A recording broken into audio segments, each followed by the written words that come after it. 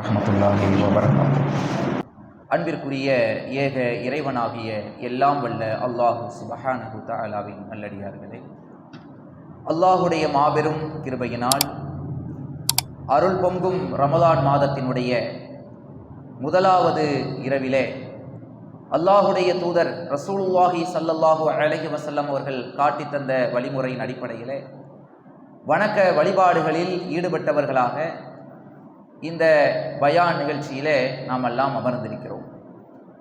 அன்பிற்குரியவர்களே, ரமலான் மாதத்தினுடைய முதலாவது நாளாக இருக்கக்கூடிய இந்த நாளிலே ரமலான் மாதத்தை அல்லாஹ் ரப்புல் ஆலமீன் சிறப்பாக்கி வைத்ததனுடைய நோக்கத்தையும், இந்த மாதத்தில் நோன்பு என்று சொல்லக்கூடிய அந்த வணக்கத்தை அல்லாஹ் ரப்புல் ஆலமீன் கடமையாக்கியதனுடைய அடிப்படையையும் இந்த தருணத்திலே நாம் தெரிந்து கொள்ள பயனுள்ளதாக இருக்கும். அன்பிற்குரியவர்களே, அல்லாஹுடைய தூதர் ரசூலுல்லாஹி ஸல்லல்லாஹு அலைஹி வஸல்லம் அவர்கள் குறிப்பிடுகிறார்கள், இதா ஜாஅ ரமலான், ரமலான் மாதம் வந்துவிட்டால் ஃபுத்திஹத் அபுவாபுல் ஜன்னா, சொர்க்கத்தின் வாசல்கள் திறக்கப்படுகின்றன. வகுல்லிகத் அபுவாபுன் நார், நரகத்தின் வாசல்கள் அடைக்கப்படுகின்றன. வசுஃபித ஷயாத்தீன், ஷைத்தான்கள் விலங்கிடப்படுகின்றார்கள் என்று நபிகள் பெருமானார் ரசூலுல்லாஹி ஸல்லல்லாஹு அலைஹி வஸல்லம் அவர்கள் குறிப்பிடுகிறார்கள். அன்பிற்குரியவர்களே, ரமலான் மாதம் வந்துவிட்டால் சொர்க்கத்தின் வாசல்கள் திறக்கப்படுகின்றன. அப்படி என்றால் என்ன? ரமலான் வந்ததுமே அல்லாஹ் சொர்க்கத்தினுடைய வாசலை திறந்து வச்சிருக்கிறான். இந்த மாசத்துல நரகத்தின் வாசல் அடைக்கப்பட்டிருக்கிறது. அதனால் இந்த மாதத்தில் யார் மரணித்தாலும் டைரக்டா சொர்க்கத்துக்கு போயிடுவாங்க. அப்படியா? ஏன்னா அப்படின்னு சில பேர் இந்த ரமலானை பற்றி நினச்சி வச்சிருக்கிறாங்க. யாராவது ரமலானில் மௌத்தாயிட்டாங்க வச்சுங்களேன், நோம்புல மௌத்தாயிருக்காங்க, நல்ல மௌத். நோம்பு மாசத்துல மௌத்தாயிட்டாக அல்ல, ரமலானுடைய மாசத்துல மௌத்தாயிட்டாங்க, நல்ல அப்படிலாம் நினைக்கிறாங்க. ஆனால் அல்லாஹுடைய ரசூல் ஸல்லல்லாஹு அலைஹி வஸல்லம் அவர்கள் இந்த மாதத்தை குறித்து சொல்லும்போது அல்லாஹுடைய சொர்க்கத்தின் வாசல்கள் திறந்திருக்கின்றன என்று சொல்வதற்கான பொருள் என்னன்னு சொன்னா, அல்லாஹ்வுடைய அருள் வாசல்கள் திறந்திருக்கிறது. இன்னொரு செய்தியிலே அல்லாஹ்வுடைய ரசூல் ஸல்லல்லாஹு அலைஹி சொல்கிறார்கள், வானத்தின் வாசல்கள் திறந்திருக்கின்றன என்று சொல்கிறார்கள். அப்படி என்றால் என்ன? அல்லாஹ் சொர்க்கத்திற்கு செல்லக்கூடிய பாதையை, அதற்கான வழியை அல்லாஹ் இந்த மாதத்தில் இலகுவாக்கி வைத்திருக்கிறான். சொர்க்கத்திற்கு நம்மை அழைத்து செல்வது எது? நன்மைகள், நாம் செய்யக்கூடிய நன்மைகள். எவருடைய எடை, நன்மையினுடைய எடை கனமிக்கதாக இருக்கிறதோ அவருக்கு அல்லாஹ் சொர்க்க சோலையை வைத்திருப்பதாக திருமறை குர்ஆனிலே குறிப்பிடுகிறான். அப்படிப்பட்ட நன்மைகளினுடைய குவியலை அள்ளித்தரக்கூடிய ஒரு மாதம் தான் இந்த ரமலான். ரமலானில் செய்யக்கூடிய வணக்க வழிபாட்டிற்கும் மற்ற மாதங்களில் செய்யக்கூடிய வணக்க வழிபாட்டிற்கும் நிறைய வித்தியாசம் இருக்கிறது. இந்த மாதத்தில் நாம் செய்யக்கூடிய அமல்களுக்கு அல்லாஹ் பன்மடங்காக கூலி வழங்குகிறான். அதனால தான் அல்லாஹுடைய அருள் வாசல்கள் திறந்திருக்கிறது. இந்த மாதத்தை ஒருவர் சரியாக பயன்படுத்தி கொண்டால் ஒரு பக்கம் நன்மை குவியல் அவருக்கு கிடைக்கிறது, இன்னொரு பக்கம் நரகத்திலிருந்து அவருக்கு பாதுகாப்பு கிடைக்கிறது. அதனால தான் அல்லாஹுடைய ரசூல் சொன்னார்கள், வகுல்லிகத் அபுவாபுன் நார், நரகத்தின் வாசல்கள் அடைக்கப்படுகிறது என்று சொன்னாங்க. ஒரு மனிதனை நரகத்தில் சேர்ப்பது எது? எல்லோருக்கும் தெரியும். ஒரு மனிதனை நரகத்தில் கொண்டு போய் சேர்ப்பது அவன் செய்யக்கூடிய பாவங்கள். எவனுடைய பாவத்தின் எடை அதிகமாக இருக்கிறதோ அவன் நரகத்திற்கு செல்வான். ஒருவன் அல்லாஹுடைய முன்னிலையில மறுமையில போய் நிற்கிறான்னு வச்சுக்கோங்க, பாவ குவியலோடு, பாவத்தினுடைய சுமைகளோடு நின்றான்னு சொன்னா அவன் சொர்க்கத்துக்குள் நுழைய முடியுமா? அவன் மூமினாக இருந்தாலும் தௌஹீத்வாதியாக இருந்தாலும் அவன் பாவத்திற்கு ஏற்ப நரகத்தில் புரட்டி எடுக்கப்பட்டு தான் சொர்க்கத்துக்கு போவான். கடுகளவு ஈமான் இருந்தால் சொர்க்கத்துக்கு போவான். எப்படி? அவன் செய்த பாவத்துக்கு ஏற்ப அல்லாஹ் நரகத்துல புரட்டி எடுத்த பிறகு அதுக்கு பிறகு அல்லாஹ் என்ன செய்வான்? சொர்க்கத்துக்கு அனுப்புவான். அல்லாஹ் நாடியவர்களை தவிர. சிலருக்கு அல்லாஹ் என்ன செய்வான்? விதிவிலக்காக மன்னித்து சொர்க்கத்துக்கு அனுப்புவான். அந்த நாடியவர் லிஸ்ட்ல யார் இருப்பாங்கன்னு தெரியாது, இறைவனுக்கு மட்டும்தான் தெரியும். இப்போ ஒரு மனிதனை நரகத்தில் கொண்டு போய் சேர்க்கக்கூடிய அந்த பாவங்கள் இருக்கிறதே, அந்த பாவ சுமையெல்லாம் அழிக்கக்கூடியதாக இந்த ரமலான் மாதம் இருக்கிறது. அல்லாஹ் மூமின்களுக்கு வழங்கியிருக்கக்கூடிய மிகப்பெரிய ஒரு கிருபை இல்லையா இது? மிகப்பெரிய ஒரு வாய்ப்பு. அதனாலதான் ரசூல் ஸல்லல்லாஹு அலைஹி சொன்னார்கள், அல்லாஹ்வுடைய தூதர் மிம்பரில் ஏறும்போது ஜிப்ரீல் அலைஹிஸ்ஸலாம் சொல்றாங்க, 3 விதமான துஆக்களை கேட்கிறாங்க. அதற்கு ஆமீன் சொல்கிறார்கள் அல்லாஹ்வுடைய தூதர். அதில் ஒன்று என்ன? ஒருவர் ரமலான் மாதத்தை பெற்றும் அவனுடைய பாவங்கள் மன்னிக்கப்படவில்லையோ அவன் நாசமாகட்டும் ரசூலுல்லாஹ் சொன்னாங்க. ஏன்? ரமலான்ங்கிறது எவ்வளவு பெரிய கிஃப்ட் அது. இது கிடைச்சே ஒருத்தன் மிஸ் பண்றானா, தன்னுடைய பாவங்களை அழிப்பதற்காக அவன் பாடுபடவில்லை என்று சொன்னால், அமல்கள் செய்ய விரையவில்லை என்று சொன்னால், அவனை விட நஷ்டவாளி யாராவது இருக்க முடியுமா? யோசித்து பாருங்கள். இது எவ்வளவு பெரிய சலுகை அல்லாஹ் கொடுக்கிறான். நாம் வைக்கக்கூடிய நோன்பு இருக்குதே, ரமலான்ல நோன்பு கடமை. ஒரு நோன்புக்கு அல்லாஹ் வழங்கக்கூடிய கூலியை பாருங்க. அல்லாஹ்வுடைய ரசூல் ஸல்லல்லாஹு அலைஹி வஸல்லம் சொல்கிறார்கள், ஒரு நோன்பு என்பது அவனுடைய முகத்தை அல்லாஹ் நரகத்தை விட்டு 70 ஆண்டுகள் தூரமாக்கி விடுகிறான். சுப்ஹானல்லாஹ், யோசிச்சு பாருங்க. நரகத்தை விட்டு அவனுடைய முகத்தை 70 ஆண்டு தூரமாக்கி விடுகிறது ஒரு நோன்பு என்றால், இந்த மாதம் முழுவதும் நாம் நோன்பு வைத்தால் எத்தனை தூரமாக கற்பனை செஞ்சு பார்க்க முடியுமா?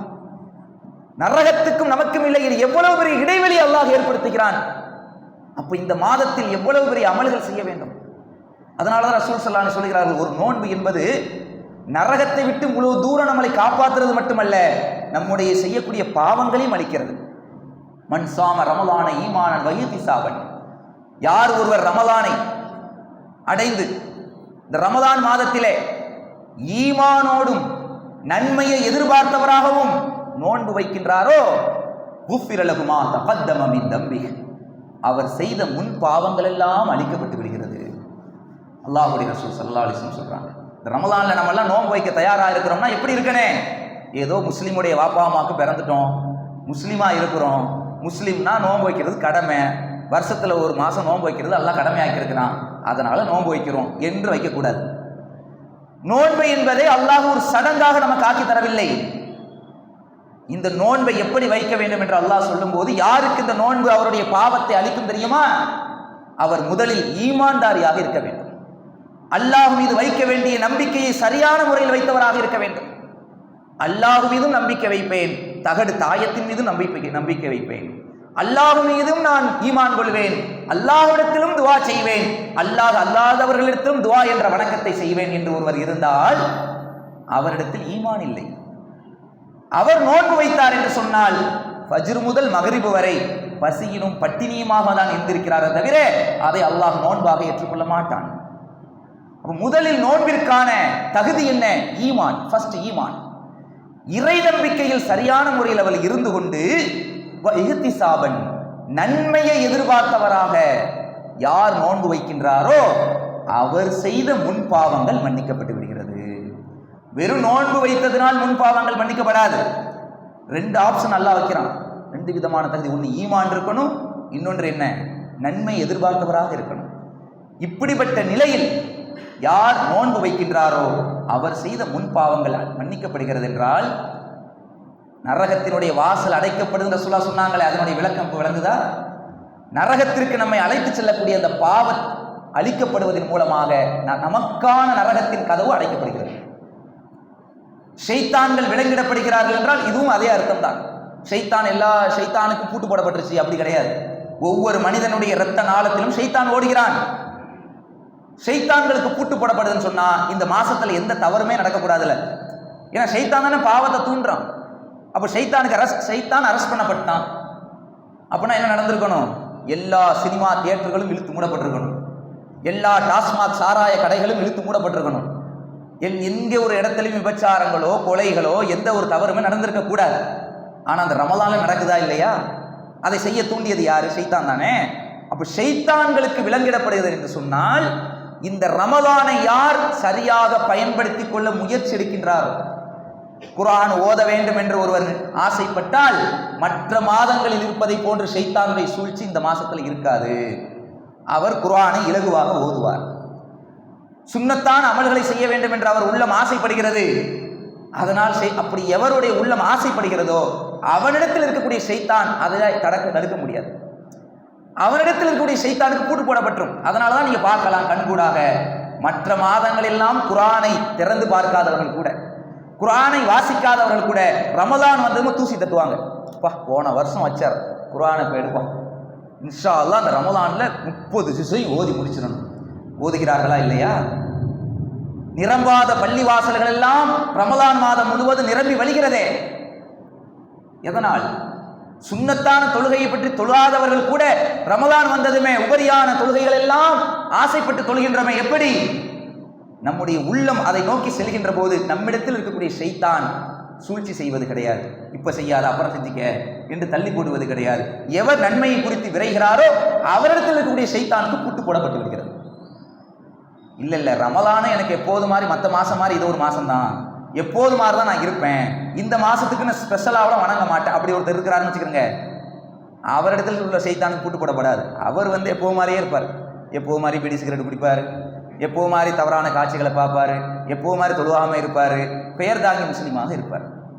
அப்ப அன்பிற்குரியவர்களே, இந்த மாதத்தை அல்லாஹ் நமக்கு வழங்கியிருக்கிறான்னு சொன்னால் இது மிகப்பெரிய ஒரு பாக்கியம் என்று கருதி நாம் செய்த பாவங்களை எல்லாம் அழிக்கக்கூடியதாக மட்டுமல்ல, இந்த ரமலான் ஒரு புத்துணர்வு ஊட்டக்கூடியதாக, நம்முடைய உள்ளத்தை பரிசுத்தப்படுத்தக்கூடியதாக, இனி வரக்கூடிய காலங்களில் பாவத்தினுடைய சுமையை குறைத்தது மட்டுமல்ல, பாவத்தை விட்டு விலகக்கூடியவர்களாக, அல்லாஹ்வுக்கு பயந்து நடக்கக்கூடிய அந்த தக்வா என்ற ஒரு சார்ஜை இந்த ரமலான் நமக்கு ஊட்டக்கூடியதாக நம்முடைய உள்ளத்தை நாம் இப்பொழுதே தயார்படுத்திக் கொள்ள வேண்டும்.